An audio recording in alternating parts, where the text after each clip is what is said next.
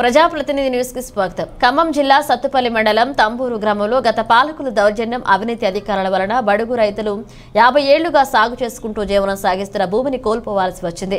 కంటే రాములమ్మ, కంటే శ్రీరామమూర్తి అనే రైతులు 50 ఏళ్లుగా సాగు చేసుకుంటూ జీవనం సాగిస్తున్న భూమిని గత ప్రభుత్వ నాయకులు, అధికారులు కుమ్మక్కై దౌర్జన్యంగా లాక్కున్నారని, ఈ విషయం తట్టుకోలేక కంటే రాములమ్మ పెద్ద కొడుకు మనోవేదనకు గురై మరణించాడని బాధితులు ఎమ్మెల్యే శ్రీమతి మట్టా రాగమయ్యకి, సామాన్య బాధితులు సేవా సంఘం అధ్యక్షులు కోరపాటి నాగేశ్వరరావు సభ్యులు రామకృష్ణలకు ఫిర్యాదు చేశారు.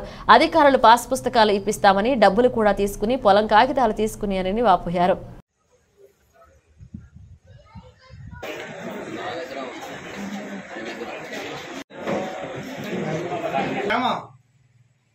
టిఆర్ఎస్ నాయకులు మరి అధికారులు కుమ్మక్కై, అక్కడ ఉన్న ఈఆర్ఆవు కూడా కుమ్మక్కై దగ్గర కాగితాలు తీసుకొని తీసుకొని మోసం చేసి ఈడ పొలాన్ని లేకోకుండా మొత్తం గోతులు పెట్టి ఆ మట్టి అంతా ఎత్తేసి వీళ్ళకి పొలం లేకుండా అన్యాయం చేసినందుకు వాళ్ళు ఈరోజు మాకు వచ్చి కంప్లైంట్ ఇవ్వడం జరిగింది. మిగిలిన ఏం జరిగింది అనేది ఇప్పుడు రామలింగం బాధితురాలే చెప్పుద్ది, వినండి. సత్పల్లి మండలం అండి, తుమ్మూరు గ్రామం, కంటే రామలమ్మని. మాకు 4 ఎకరాలు చెరువు ముందు ఉంది. తుమ్మూరు చెరువు ముందు ఉండదాన్ని చెరువు భూమి అని తీసేశారు. నాకు 4 పిల్లలు. నా భర్త తాడు నుంచి పడి చచ్చిపోయిండు.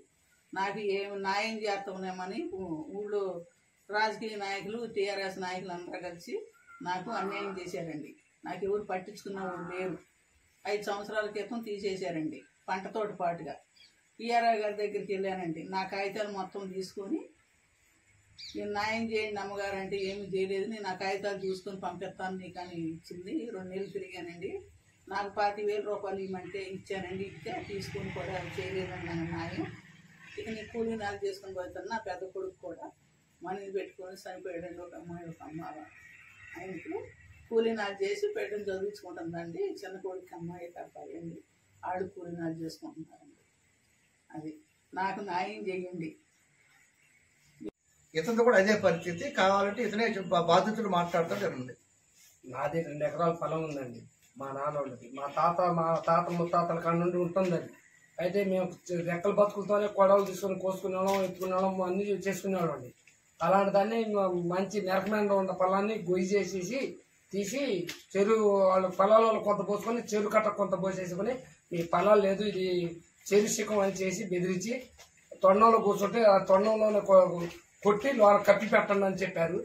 చెప్పిన తర్వాత సరిగా పని చేస్తారా అని భయంతో నేను లెగిసి బయటకు వచ్చేసాను సార్. అది మా 2 ఎకరాల పొలం. చిన్నపిల్లలు అప్పుడు మా ఇళ్ళు కాలిపోయింది. ఆ పాస్ పుస్తకాలు, ఆ పాని ఖాతాలు మొత్తం కాలిపోయింది. మా 7 గారిని బతిలాడిను.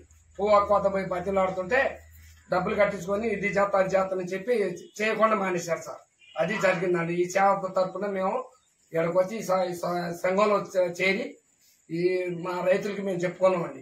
అది మాకు జరిగిందండి.